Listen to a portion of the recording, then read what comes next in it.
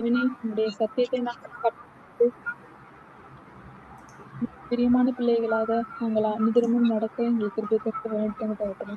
இந்த மன்றாட்டுகளை எல்லாம் எங்கள் ஆண்டவரும் ரட்சகருமாய் இருக்கிற யெகோவா மெசியாவின் நாமத்தின் மூலம் தாழ்மையோடு வேண்டி கேட்டுக்கொள்கிறேன். ஜீவனுள்ள நல்ல பிதாவே, ஆமென்.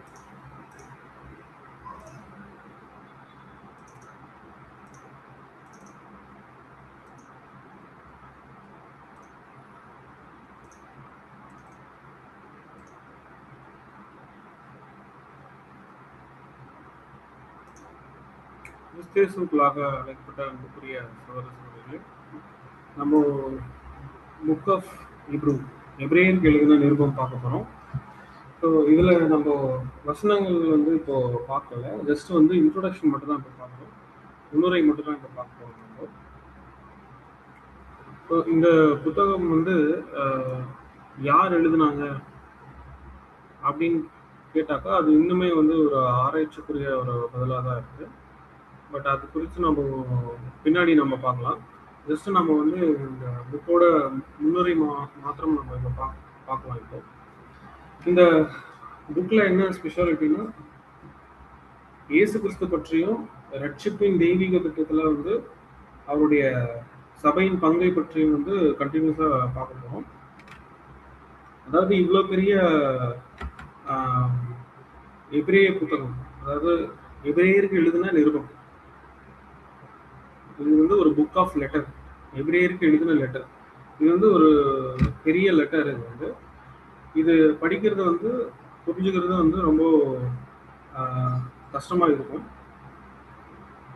ஆனாலுமே வந்துட்டு இந்த புக்கோட அப்பெண்டிக்ஸ் இருக்கு. அதாவது இந்த புக்கில் வந்து ஃபுல்லாக எதை பற்றி யாரை பற்றி பேசப்பட்டிருக்குன்றது நம்ம ஃபுல்லாக நம்மளால் புரிஞ்சுக்க முடியும். அது மட்டும் இல்லாமல் வசனம் பை வசனமாக நம்ம பார்க்க இன்னும் நமக்கு நல்லா பெட்டராக புரிஞ்சுக்க முடியும். விளக்கங்கள் எல்லாமே நம்ம வசனம் பை வசனமாக தான் நம்ம பார்க்க போகிறோம். ஒவ்வொரு வசனத்துக்கும் என்னென்ன விளக்கம் அதை போய் பார்க்க போகிறோம். அதாவது வேர்ஸ் பை வேர்ஸாக பார்க்க போகிறோம்.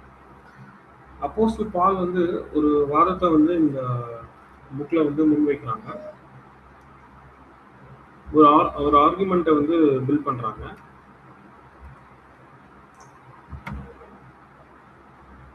ஸோ அதோட செயல்முறையை வந்து நம்ம கவனிக்க வந்து தவறக்கூடாது, புரிஞ்சிக்க முடியாது. ஃபர்ஸ்ட் 3 வசனத்துல தான் வந்து அவர் என்ன சொல்ல வர்றாருன்றது சுருக்கமாக வந்து நம்ம பார்க்க போகிறோம். இப்போ நான் வந்து இந்த புக்கை வந்து யார் எழுதுனாங்க அப்படின்னு வந்து தெரியலன்னு சொல்லிடலாம். அது ஹிஸ்டாரியன்ஸாக இருக்கட்டும் சரி, பிப்ளிக்கல் ஸ்காலர்ஸாக இருக்கட்டும் சரி, இது வந்து ஒரு ஹையர் கிரிட்டிசிசமாக தான் இருக்குது, ஹையர் கிரிட்டிக்ஸ். ஆனால் நான் வந்து இப்போ அப்போஸ்தலர் பால் தான் இது எழுதியிருக்காரு அப்படின்னு வந்து நான் சொல்லிட்டு இருக்கேன். அது பின்னாடி நம்ம பார்க்கலாம்.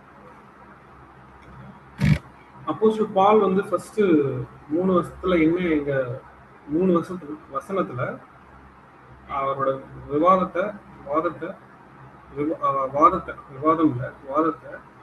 என்ன சொல்ல வர்றாரு அப்படின்னு ஃபர்ஸ்ட் 3 வருஷத்துல சொல்லியிருக்காங்க. இந்த வசனங்கள் வந்து இயேசு கிறிஸ்துவின் முதல் வருகைக்கு முன்னாடி தேவனுடைய தீர்க்க தரிசன வெளிப்படுத்தல் என்ன இருக்குன்றது வெளிப்படுத்திருக்காங்க. அதுக்கப்புறம் இயேசு கிறிஸ்து மூலமாக, அதாவது அவருடைய போதனைகள் மற்றும் மனு குலத்தின் பாவத்தை வந்து முற்றிலும் ஒழிப்பதற்கு, அதாவது முற்றிலுமா எடுத்து போடுறதுக்கு, அது சுத்தமா மனு குலத்துல 1% கூட பாவமே இல்லாத மாதிரி முற்றிலும் எடுத்து போடுறதுக்கு, அழிக்கிறதுக்கு வந்து இயேசு கிறிஸ்து செய்த மிகப்பெரிய வந்து ransom sacrifice உங்களுக்கு தெரியும். அதுவும் பிளஸ் அவரோட உடல் ரீதியாக என்ன துன்பங்கள் பட்டார், அது வந்து ஃபுல்லா நம்ம வந்து சுருக்கமாக வந்து இந்த புக்கு ஃபுல்லா இருக்கும். ஃபர்ஸ்ட் 3 வசனத்துல இந்த புக்கை எழுதின ஆத்தர் வந்து என்ன சொல்ல வராங்கன்றதை நம்ம தெரிஞ்சுக்கலாம். இந்த புக்ஸோட மிச்ச மீதி இருக்கக்கூடிய பேலன்ஸ் பகுதி. அதாவது ஃபர்ஸ்ட் 3 வசனம் என்ன சொல்ல வராங்கன்றது நமக்கு தெரியும். அடுத்து மீதமுள்ள பகுதி எல்லாமே நாம என்ன எக்ஸ்பிளைன் பண்ணியிருக்காங்கன்றதை நம்ம பார்த்து தெரிஞ்சுக்கணும். ஸோ இந்த ஈப்ரூ புக்கோட ஒரு ஸ்பெஷாலிட்டி என்னன்னா, இருக்கிற இந்த நியூ டெஸ்டமெண்ட்லேயே ஒரு ஒரு முக்கியமான புக் இது. இது கண்டிப்பா நம்மளுடைய ஸ்பிரிச்சுவல் லைஃப்பை வந்து, ஆவிக்குரிய வாழ்க்கையை வந்து ஒரு சேஞ்ச் பண்ணக்கூடியது அப்படின்னு பார்க்குறோம். அது மட்டும் இல்லாமல் ஆவிக்குரிய விசுவாசம், ஸ்பிரிச்சுவல் ஃபெய்த் வந்து கண்டிப்பாக அதிகமாகும். ஆவிக்குரிய விசுவாசம் வந்து கண்டிப்பாக வந்து கிடைக்கும்ன்றது நம்ம பார்க்கணும். அதன் மூலமாக மாம்ச சிந்தனைகள் கண்டிப்பாக அதிகம். தெளிந்த புத்தி உள்ளவர்களாக வந்து இது வந்து இந்த புக்கு படிக்கிற மூலமாக நம்ம மாற்றோன்றதுல கிடைக்கும். தெளிந்த புத்தி உள்ள சிந்தனைகள் வந்து கிடைக்கும் அப்படின்ற ஒரு விசுவாசத்துல நம்ம கண்டிப்பா அது பார்க்கலாம், படிக்கலாம். ஸோ இந்த ஆத்தர் பத்தி இப்ப பார்க்கலாம். ஆத்தர் வந்து அப்போஸ்தலர் பால் எழுதினாங்க இந்த எபிரேய புத்தகம் அப்படின்னு எந்த ஒரு ப்ரூஃப் வந்து இல்லை. பட் ஆனா எபிரேயருக்கு எழுதின நிருபம் மாத்திரம் தான் இருக்கு. ஆனா வந்து நம்ம பார்க்குறோம், இது வந்து இப்பயும் வந்து ஒரு ஹையர் கிரிட்டிசிசமாக தான் இருக்கு. ஏன் ஹையர் கிரிட்டிசிசமாக இருக்குன்னு சொல்றோம்னா, எந்த ஒரு விஷயம் பைபிள்ல படிக்கும்போது இந்த புக்கோட ஆத்தர் யாரு, இந்த வசனம் யாரை குறிக்குது, இந்த வசனத்துக்கான கருப்பொருள் என்ன, அது காலக்கணக்காக இருக்கட்டும், இல்லை ஓமையா இருக்கட்டும், இல்லை வெளிப்படுத்தின விசேஷம், அல்லது பழைய ஏற்பாட்டு காலத்து புஸ்தகம் வந்து விசைகளா இருக்கட்டும்,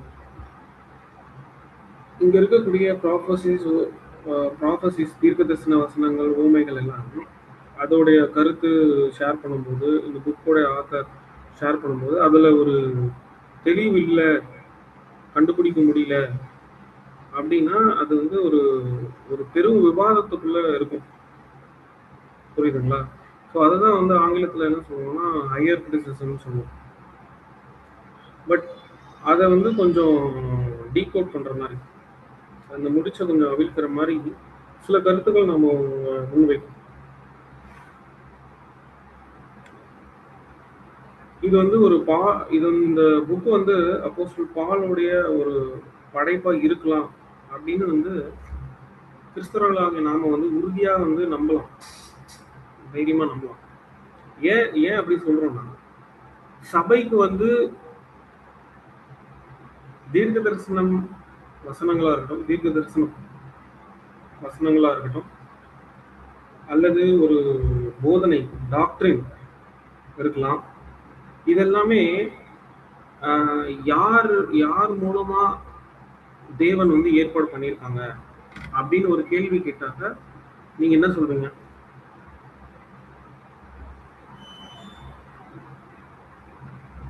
சொல்லுங்க, யாராவது கமெண்ட்ஸ் யாராவது சொல்லுங்க. சபைக்கு வந்து போதனை கொடுக்கணும், புரியுதுங்களா? அது தீர்க்க தரிசனமா இருக்கலாம், உவமைகளா இருக்கலாம், ஒரு பிரசங்கமா இருக்கலாம்.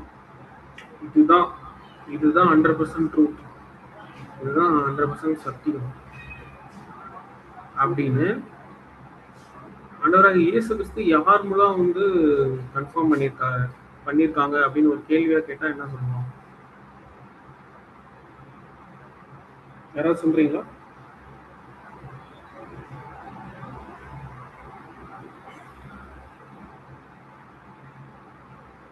ஓகே, யாருக்கும் பதில் இல்லைன்னு நினைக்கிறேன். ஸோ எந்த ஒரு போதனையா இருக்கட்டும், எந்த ஒரு தீர்க்க தரிசன வசனமா இருக்கட்டும், எந்த ஒரு டாக்டரினா இருக்கட்டும், புரியுதுங்களா, அது வந்து அப்போஸ்தலர்கள் மூலமா தான் வந்திருக்கு. அவங்களுக்கு மட்டும்தான் இங்கிலீஷ்ல என்ன சொல்லுவாங்க, அப்போஸ்தலிக் சக்சஷன், அதாவது அவங்களுக்கு மாத்திரம்னா அதிகப்படியான ரைட்ஸ் இருக்கு. ஒரு விஷயத்த வேறுபடுத்தி இப்படியும் சொல்லலாம் அப்படியும் சொல்லலாம்ன்றது அது ஆண்டவர்கிட்ட பெற்றுக்கொண்ட சத்தியத்தை கவனமா ஒரு முக்கியமான கவனமான வார்த்தைகளை பக்குவமா எடுத்து பேசுறதா இருக்கட்டும், லெட்டர்ல எழுதுறதா இருக்கட்டும், பிரசங்கமா இருக்கட்டும், அது எல்லாமே வந்து அப்போஸ்தலர் வாயிலிருந்து வந்தது எல்லாமே அது 100% வந்து ஆத்தன்டிகேட்டட் மாதிரி. ஆத்தன்டிகேட்டட்னா அவ்வளவுதான். அவர் அப்போஸ்தலர்கள் வாயிலிருந்து வந்துச்சுன்னா அவ்வளவுதான். அது வந்து தவறே இருக்காது. 1% கூட தவறே இருக்காது. அதுதான் வந்து இன்ஃபாலிபிள் வேர்ட்ஸ்.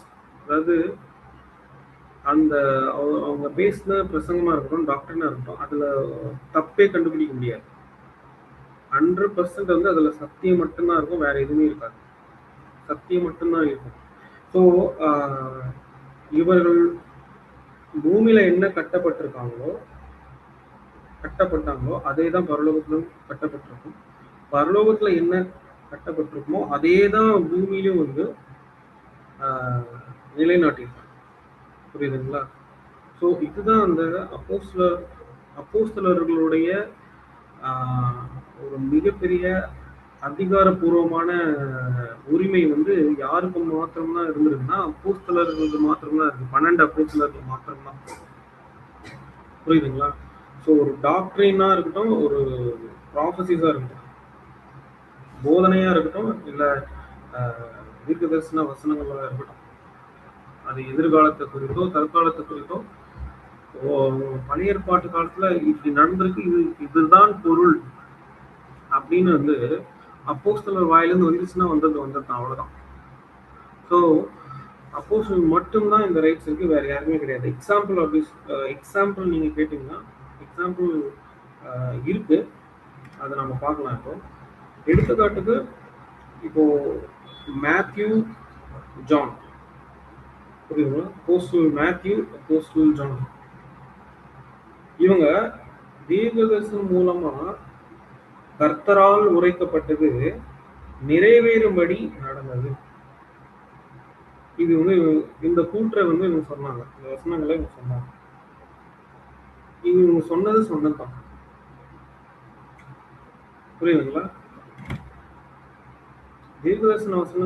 தீர்க்கதரிசி வசனங்கள் மூலமா கர்த்தரால் உரைக்கப்பட்டது நிறைவேறும்படி நடந்தது. இந்த கூற்றை வந்து இவங்க வசனத்தை வந்து இவங்க சொல்றாங்க. இவங்க வந்து உரிமை கோர்ற மாதிரி பேசுறாங்க, பாருங்க. புரியுதுங்களா? ஆனா மார்க்கா இருக்கட்டும், லூக்கா இருக்கட்டும், இவர்கள் மாதிரி வந்து உரிமை கூறுற மாதிரி வந்து இவங்க பேசுறாங்க. ஏன்னா இவங்களுக்கு வந்து ரைட்ஸ் இல்லை. அப்போஸ்தலிக் சக்சஷன், அதாவது அதிகாரப்பூர்வமான உரிமை கோர்ற மாதிரி இவர்களுக்கு கிடையாது. யாருக்குன்னா மார்க்குக்கு, லூக்காக்கு. புரியுதுங்களா? ஸோ சேம் இதே மாதிரிதான் கிரேட் அப்போஸ்டல் பால் ஒரு இங்கேயே வந்துட்டு ஒரு அப்போஸ்தலர்களே மிக வந்து தனித்தன்மை வாய்ந்த வந்து ஒரு அப்போஸ்தலர் பவுல்.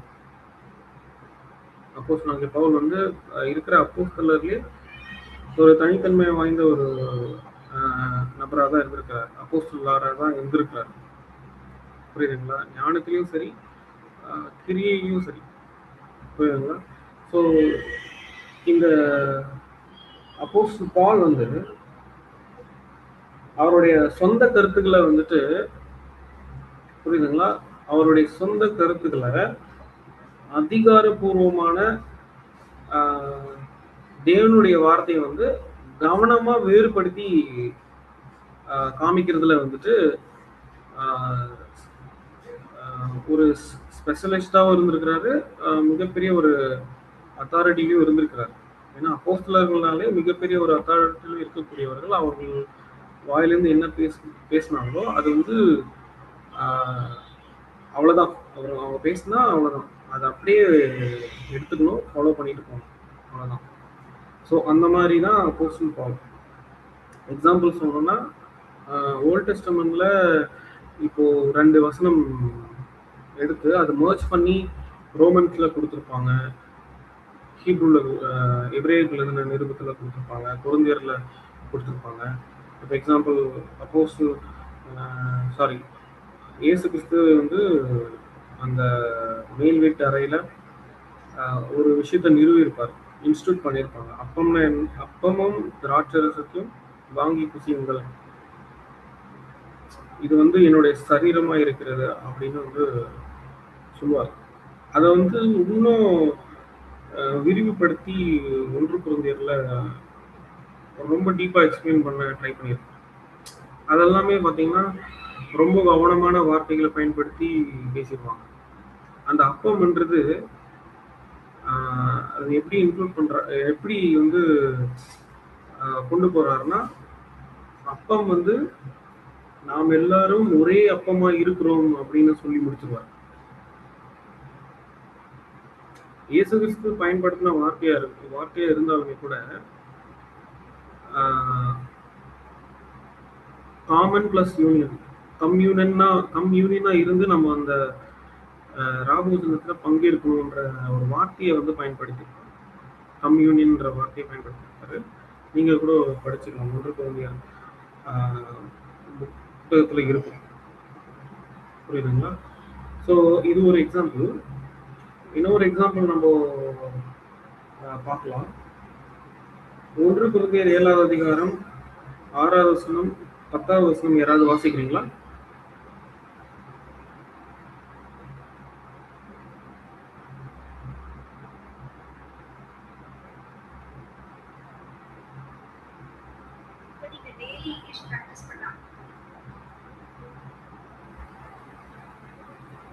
ஒன்று கொரிந்தியர் 7வது அதிகாரம் 6வது வசனம் 10வது வசனம்.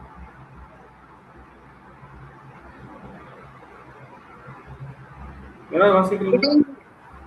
இதை நான் கட்டளையாக சொல்லாமல் யோசனையாக சொல்லுகிறேன். எல்லா மனுஷரும் என்னை போலவே இருக்க விரும்புகிறேன். ஆகிலும் அவனவனுக்கு தேவனால் அருளப்பட்ட அவனவனுக்குரிய வரம் உண்டு. அது ஒருவனுக்கு ஒரு விதமாயும் மற்றொருவனுக்கு வேறு விதமாயும் இருக்கிறது.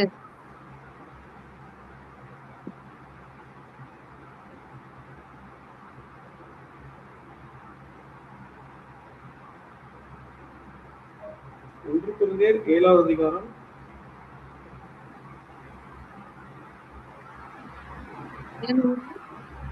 6-7. சார் 1 கொரிந்தியர் 7வது அதிகாரம் 6-10 அதான வாசிங்க. இதை நான் ஓகே சார். விவாகம் இல்லாதவர்களையும் கைம்பெண்களையும் குறித்து நான் சொல்லுகிறது என்னவென்றால், அவர்கள் என்னை போல இருந்து விட்டால் அவர்களுக்கு நலமாயிருக்கும். ஆகினும் அவர் விரக்தராக இருக்க கூடாதிருந்தால் விவாகம் பண்ண கடவர்கள். வேகிறதை பார்க்க விவாகம் பண்ணுகிறது நலம். 10வது வசனம் வாசிங்க. விவாகம் பண்ணி கொண்டவர்களுக்கு நான் அல்ல, கர்த்தரே கட்டளை இடுகிறதாவது, மனைவியானவள் தன் புருஷனை விட்டு பிரிந்து போக கூடாது. இந்த வசனம் இது மட்டும் வாசிங்க சிஸ்டர். 6வது வசனம் 10வது வசனம் மாத்திரம் வாசிங்க. இதை நான் கட்டளையாக சொல்லாமல் யோசனையாக சொல்லுகிறேன். 10வது வசனத்துக்கும் திரும்ப வாசிங்க. விவாகம் பண்ணி கொண்டவர்களுக்கு நான் அல்ல, கர்த்தரை கட்டளை இடுகிறதாவது, மனைவியானவள் தன் புருஷனை விட்டு பிரிந்து போக கூடாது. ஓகே சார், போதும். இந்த வசனங்களை நம்ம பார்க்குறோம். 1 கொரிந்தியர் 7வது அதிகாரம் 6வது வசனம் 10வது வசனம். இதை நான் கட்டளையாக சொல்லாமல் யோசனையாக சொல்லுகிறேன். 10வது வசனத்துல பார்த்தீங்கன்னா, விவாகம் பண்ணி கொண்டவர்களுக்கு நல்ல நான் அல்ல, கர்த்தரை கட்டளையிடுகிறது, மனைவியானவன் தன் புருஷனை விட்டு பிரிந்திருக்க போகக்கூடாது.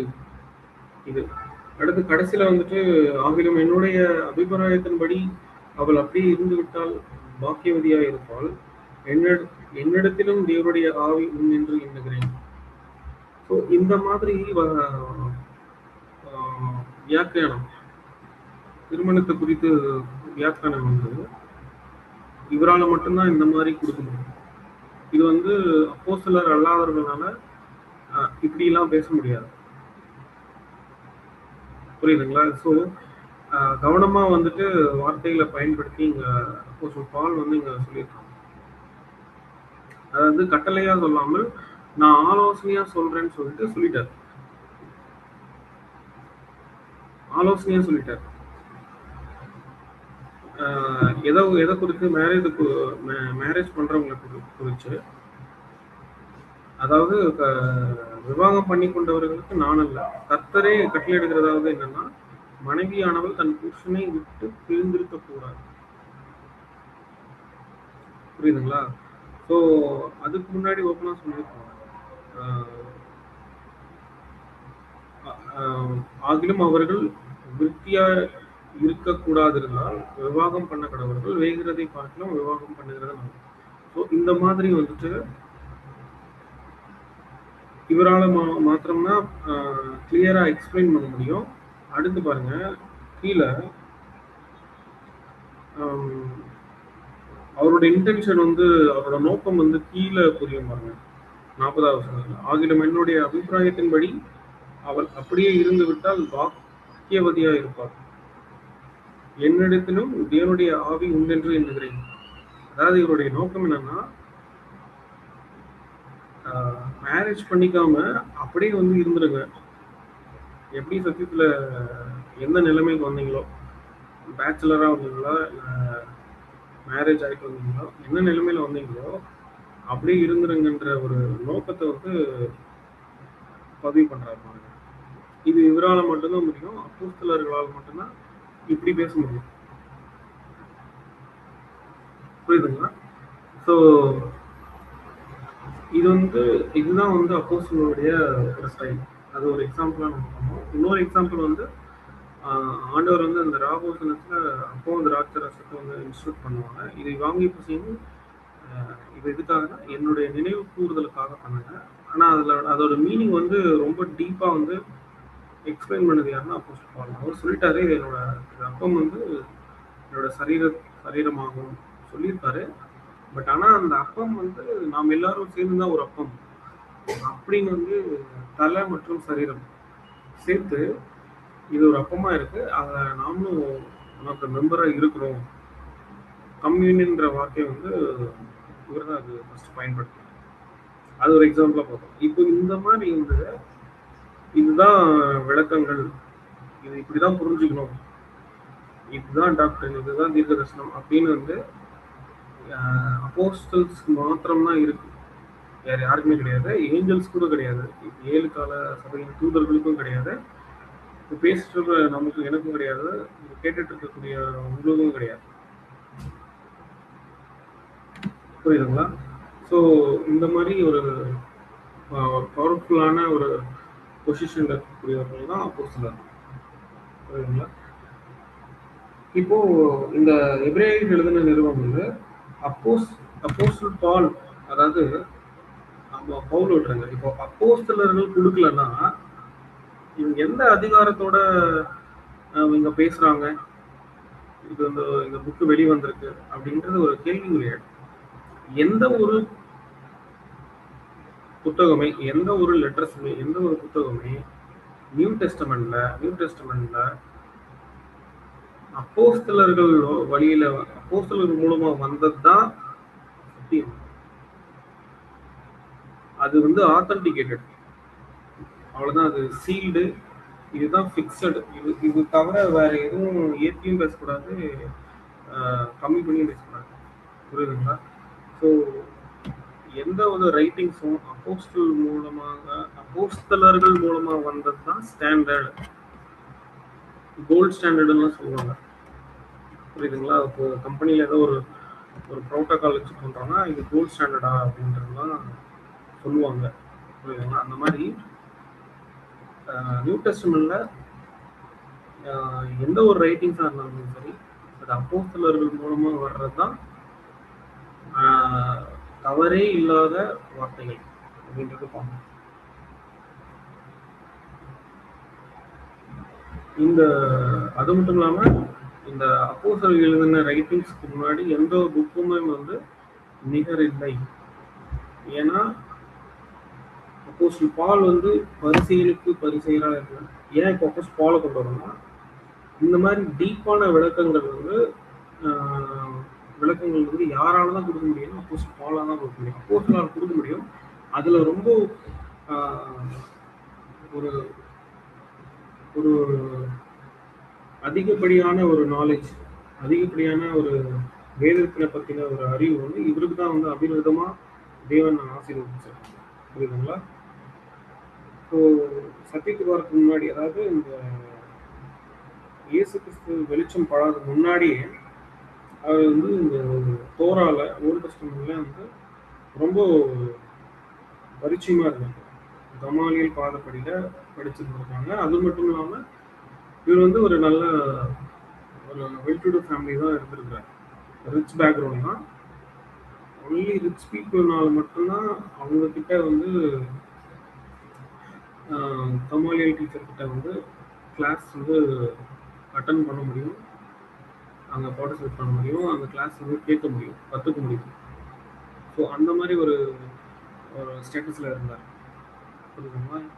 அதான் வசனத்துலேயும் இருக்கு, பரிசேயனுக்கு பரிசேயன் அவரே சொல்லியிருக்கார், நான் அதிகம் அப்படின்னு சொல்லுவார்.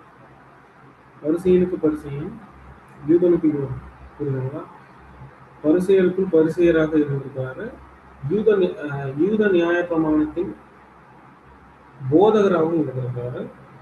அதுக்கப்புறம் ஒரு அப்போஸ்தலராகவும் அவருடைய தகுதிகள், குவாலிஃபிகேஷன் வந்து சிறப்பு மிக்கவைன்னு அப்படின்றது பார்க்கணும். புரியுதுங்களா? பழைய ஏற்பாட்டு இருக்கக்கூடிய டைப்ஸ் அண்ட் ஆன்டி டைப்ஸ் நம்ம நிறைய பார்த்துருக்கோம். அந்த வந்து அதுல இருக்கக்கூடிய நிழல் அடையாளங்கள் அதை வந்து எக்ஸ்பிளைன் பண்றது வந்து பவுலோட ஒரு தகுதியானவர் வந்து யாரும் இல்லை. புரியுதுங்களா? அதை நம்ம நல்லா எக்ஸ்பிளைன் பண்ண நல்லா புரிஞ்சுக்கணும். அப்போஸ்தலன் பாலை விட ஒரு சிறந்த ஒரு தகுதியானவர் வந்து யாரும் இல்லை. புரியுதுங்களா? ஸோ இந்த அவருடைய ஊழியத்தின் இறுதி காலத்துல வந்துட்டு ஒரு ஒரு பெரும் பாரமாக இருந்திருக்கலாம். எப்படின்னா, இப்போ நம்ம பார்க்குறோம், தீமோத்தேயுவுக்கு அவர் எழுதின வார்த்தைகள் எல்லாமே வந்து 2 தீமோத்தேயு 4வது அதிகாரம் 13வது வசனத்தை வாசிக்கலாம்.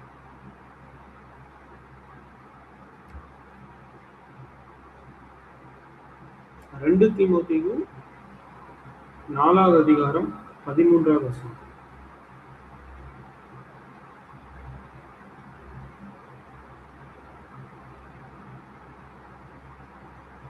ரெண்டு தீமோத்தேயு 4வது அதிகாரம் 13வது வசனத்தை வாசிக்கலாம்.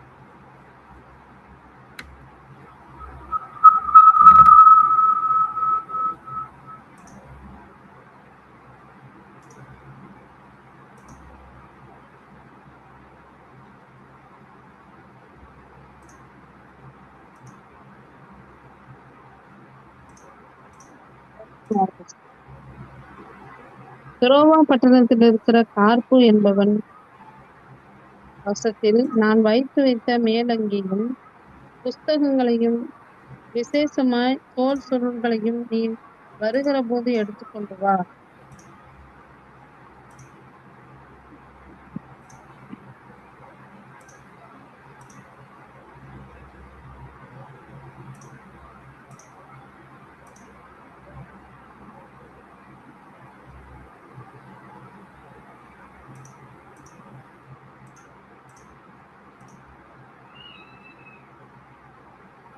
ஓகே, இப்போ வசனம் நம்ம பார்ப்போங்க. இங்க 2 தீமோத்தேயு 4வது அதிகாரம் 13வது வசனம் பார்ப்போம். இது குறித்து நம்ம மிக தெளிவாக வந்து நமக்கு ஒரு விஷயம் புரிய வருது. அவர் தீமோத்தேயு கிட்ட அங்கி புத்தகங்கள் விசேஷமா வந்து தோல் சுருள்களை வந்து எடுத்துட்டு வாங்க அப்படின்னு கேட்குறாங்க. இங்க வந்து பவுல் எதையும் வந்து ஒரு முக்கியமான விஷயத்த கண்டிப்பா நம்ம எழுத வேண்டியது இருக்குது அப்படின்றத இங்க ஒரு கன்ஃபார்ம் பண்றாங்க. அதனாலதான் நம்ம வந்து நிச்சயமா வந்து இது சொல்றோம். எபிரேயருக்கு எழுதின நிருபம் வந்து அப்போஸ்தலன் பவுல் வந்து எழுதியிருக்க அதிகப்படியான வாய்ப்புகள் இருக்கு அப்படின்னு வந்து நம்ம இது பார்க்கணும். புரியுதுங்களா? ஸோ இதனால்தான் வந்து இந்த வேத ஆதாரங்களை வைத்து தான் வந்து அப்போஸ்தலன் பவுல் வந்து எழுதியிருக்காங்க அப்படின்னு வந்து சொல்றாங்க. பட் ஆனாலுமே இது வந்து இப்போ வரையுமே வந்து பெரும் விவாதத்துமே இருக்கு. பிளஸ் வந்து ஆங்கிலத்தில் சொல்லணும்னா இது வந்து ஒரு ஹையர் கிரிட்டிசிசம். அதே மாதிரி ஓல்ட் டெஸ்டமெண்ட்ல கூட பழைய ஏற்பாட்டு புத்தகத்துல கூட ஹையர் கிரிட்டிசிசம் சொல்லுவாங்க ஒரு சில சம்பவத்தை பார்த்து. அது என்னன்னா இந்த டேனியலோட ஃப்ரெண்ட்ஸ், நண்பர்கள், சகோதரர்கள் அவங்க வந்துட்டு நெருப்புல விழுந்து எந்திரிச்சு வருவாங்க. தேவன் அங்க அற்புத விதமா வந்து தேவனை மகிமைப்படுத்திருப்பாங்க. அவங்க ஃபயர்ல விழுந்து நெருப்புல விழுந்து ஒன்றாயிருக்காரு. இது வந்து பொதுவா வந்து எடுத்து படிக்கும்போது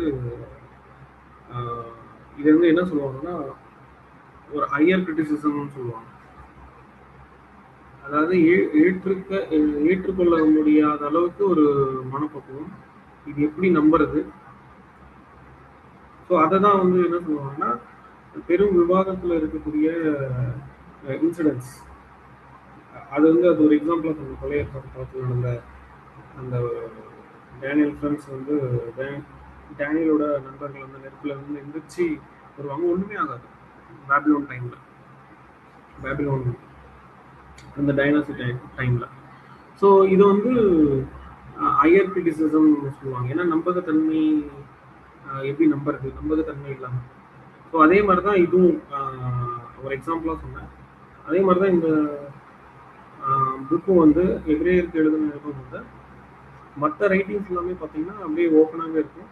அப்போஸ்தலன் பவுல் தான் வந்து எழுதுனதாகவும் அது வந்து நான் தீமோத்தேயுக்கு கொடுக்குறேன், நான் தீத்துக்கு கொடுக்குறேன், நான் இது வந்து இந்த லெட்டரை நான் தான் இவர்களுக்காக கொடுக்குறேன், இந்த லெட்டர் வந்து இந்த விஷயத்துக்காக நான் பேசுறேன் அப்படின்னு 1 Corinthians 2 Corinthians தீத்து தீமோத்தேயு இந்த லெட்டர்ஸ் எல்லாமே வந்து அப்போஸ்தலன் பவுல் தான் எழுதியிருக்காங்கன்றது ப்ரூஃப் நிறைய இருக்கும். இந்த ஸ்டார்டிங்லேயே அந்த வசனம் ஸ்டார்டிங்லேயே இருக்கும். புரியுதுங்களா? ஸோ இதில் வந்து அப்படி கிடையாது. ஸோ அதுதான் வந்து நம்ம சில வசன ஆதாரங்களை வைத்து இப்போ 2 தீமோத்தேயு 4ஆம் அதிகாரம் இந்த மாதிரி வசனங்களை வைத்து தான் நம்ம வந்து அப்போஸ்தலன் பவுல் எழுதியிருக்க அதிகப்படியான வாய்ப்புகள் இருக்கு. ப்ளஸ் வந்து அப்போஸ்தலர்கள் இல்லாம எந்த டாக்டரின்ஸ் வந்து பைபிள்ல இருக்க வாய்ப்பு இருக்கா அப்படிலாம் வந்து நாமளே ஒரு கேள்வி இருக்குன்னா நமக்கே வந்து அந்த பதில் கிடைக்கும். ஸோ நல்லா புரிஞ்சுக்கணும். பைபிள்ல இருக்கக்கூடிய அந்த நியூ டெஸ்டமெண்ட்ல, எஸ்பெஷலி நியூ டெஸ்டமெண்ட்ல அப்போஸ்தலர்கள் இல்லாம எந்த ஒரு ரைட்டிங்ஸும் இருக்காது. புரியுதுங்களா? அதுக்கு எக்ஸாம்பிளாக தான் சொல்லணும் மார்க், லூக். அவங்க வந்து உரிமை கோர்ற மாதிரி ஒரு அத்தாரிட்டேட்டிவோட எல்லாம் பேசியிருக்க மாட்டாங்க. அப்போஸ்தலர்கள் மாத்திரம்தான் அதிகாரப்பூர்வமான ஒரு உரிமை கோரலா பேசியிருப்பாங்க. புரியுதுங்களா? அது இயேசு கிறிஸ்து பேசினாலும் சரி, ஓல்ட் டெஸ்டமெண்ட்ல இருக்கக்கூடிய வசனங்கள் இருந்தாலும் சரி, அது வந்து கவனமா பக்குவமா வேறுபடுத்தி அது பிரிச்சு அழகா வந்து சத்தியத்தை கொடுக்கறதுல வந்து அதிகப்படியான ஒரு ரைட்ஸ் வந்து யாருக்கு கொடுத்துருந்தாங்கன்னா தேவன் வந்து அப்போஸ்தலர்கள் மட்டும் தான் கொடுத்துருந்தாங்க. அந்த இப்போ எக்ஸாம்பிள் அதுதான் ஒன்று சொன்னேன். பழைய ஏற்பாடுகளுக்குள்ள இருக்கக்கூடிய அந்த வசனம், ஓல்ட் டெஸ்டமெண்ட் பைபிள், அதில் இருக்கக்கூடிய வசனம் ஒரு 2 வசனம் இருக்குன்னா அது வந்து மர்ஜ் பண்ணி கூட ஒன்னா சேர்த்து கூட அது அப்போஸ்தலர்களால கொடுக்க முடியும். அது ஒன்று. ப்ளஸ் அதில் இருக்கக்கூடிய நிழலும் பொருளும், அதில் இருக்கக்கூடிய நிழலுக்கு இதுதான் பொருள், இது தவிர வேற எதுவும் இல்லை அப்படின்னு அப்போஸ்தலனால மட்டும்தான் கொடுக்க முடியும். அதன் காரணமாக தான் இது அப்போஸ்தலன் பால் வந்து இது கொடுத்துருக்கலாம். ஏன்னா அப்போஸ்தலன் பால் தான் ரொம்ப டீப்பாக பேசக்கூடிய ஒரு சகோதரனா வந்து இவங்க இருக்காங்க அப்படின்றத நம்ம பார்க்கணும். ஸோ இதுதான் இந்த ஆஹ், பாடத்துடைய முன்னுரை, இன்ட்ரோடக்ஷன். ஸோ அப்போஸ்தலன் பால் தான் வந்து இந்த லெட்டரை எழுதியிருக்காங்கன்றத விட நம்ம பார்த்து முடியும். இதெல்லாம் தெய்வன் தாமே ஆசீர்வதிப்பாங்க. ஆமென். முடிவாக நம்ம இறைவன் கீதத்தோட வாசிக்கலாம். இறைவன் கீதம் ஏஞ்சல் சிஸ்டர் அவர்களை வாசிக்கும்படியாக கேட்டுக்கொள்கிறேன்.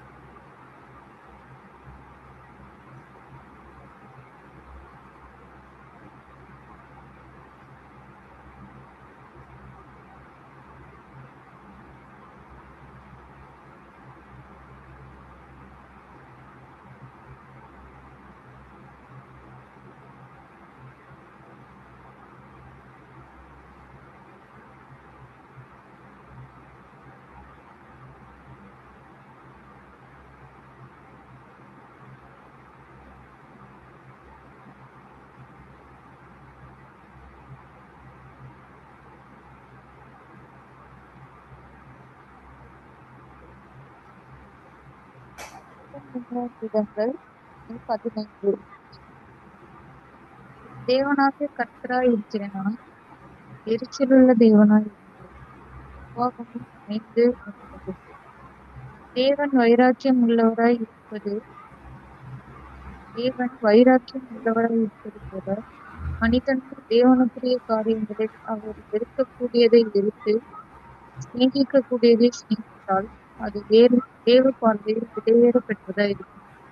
தேவன் பாவத்தை வெறுக்கிறார், பாவியை வெறுக்கிறதில்லை. நாமும் அது போலவே இருக்க வேண்டும். தேவன் நீதியில் கண்டிப்பாய் இருக்கிறார், அதனால் பாவிக்கு நீதியான தண்டனை கிடைக்கிறது. நாம் தேவனை அல்லாமல் வேறே தெய்வ வணக்கம் உடையவர்களாய் இருந்தால் அவர் நம் மீது எரிச்சல் உள்ளவராய் இருப்பார் என்று உணர வேண்டும். தகாத விதமாய் எரிச்சலாய் இருந்தால் கசப்பு போன்ற விழுந்து போன மனித குணங்களுக்கு வழி நடக்கும். தேவன் தம்மைத்தாமே எரிச்சலுள்ள தேவன் என்று சொல்லுகிறதின் காரணம் நம்முடைய நம்பிக்கை, மதிப்பு, நம்முடைய சிந்தனை முழுவதும் அவருக்குள் இருக்க வேண்டும் என்பதே ஆகும். நாம் எல்லாவற்றிலும் அவரை போலவே வைராக்கியம் உள்ளவர்களாக அவரது சித்தம் நம்முடைய வாழ்வில் எல்லா பணிகளிலும் காணப்பட வேண்டும். சர்வ வல்லமையுள்ள தேவனுடைய இந்த குணம் சுயநலம் என்று எண்ணிவிடக்கூடாது. ஏனெனில் தற்கால ஜீவியத்தை நம்முடைய ஒவ்வொரு அலுவல்களிலும் பணிகளிலும் நமக்கு வெற்றியை தருகிறார். வருங்காலத்திலும் நம்மை நேசிப்பவர்களுக்கு, நம்மிடத்தில் உண்மையா இருப்பவர்களுக்கு அநேக ஆசீர்வாதங்களை வாக்குத்தத்தம் பண்ணினபடியே ஆயத்தம் செய்து வழங்க சித்தமாயிருக்கிறார்.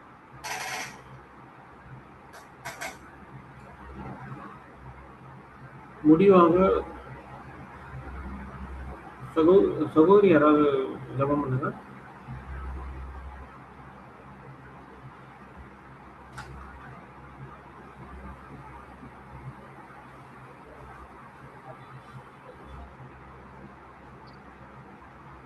இருக்கும் தெய்வம் நிறைந்திருக்கிறார்களே, ஆபிரகாம், ஈசாக்கு, யாக்கோபின் தேவனே, பரிசுத்தமுள்ளவரே, இரக்கமுள்ளவரே, நீதி உள்ள தகப்பனே, உமக்கு கொடான கொடி நன்றியர்ந்த ஸ்தோத்திரத்தை எடுக்கிறோம். இந்த நேரத்திலுமாக தகப்பனே, நாங்கள் எதிரே ரொம்ப நேரம் இந்த அதிகாரங்களை குறித்து நாங்கள் சில நேரம் தியானித்தோம். சிறிது நேரம் தகப்பனே, நாங்கள் இனி வரக்கூடிய காலங்களில் சத்தியத்தை நாங்கள் ஆராய்ந்து பார்த்து நிதானித்து தகப்பனே, உமக்கு பிரியமுள்ள பிள்ளைகளாய் மரணம் வரையிலும் உமக்கு உண்மையுள்ளவர்களாய் ஜீவித்து வாழ கிருபை செய்யும். தொடர்ந்து எங்களை வழி நடத்தும். எங்கள் பலவீனங்களை எல்லாம் எடுத்து போடும். பலத்தை ஞானத்தை தந்து வழி நடத்தும். இயேசுவின் கிறிஸ்துவின் மூலம் மிகவும் தயவோடும் தாழ்மையோடு பேச்சு கொண்டாடுகிறோம். உங்கள் ஜெயமுள்ள நல்ல பிதாவே, ஆமென்.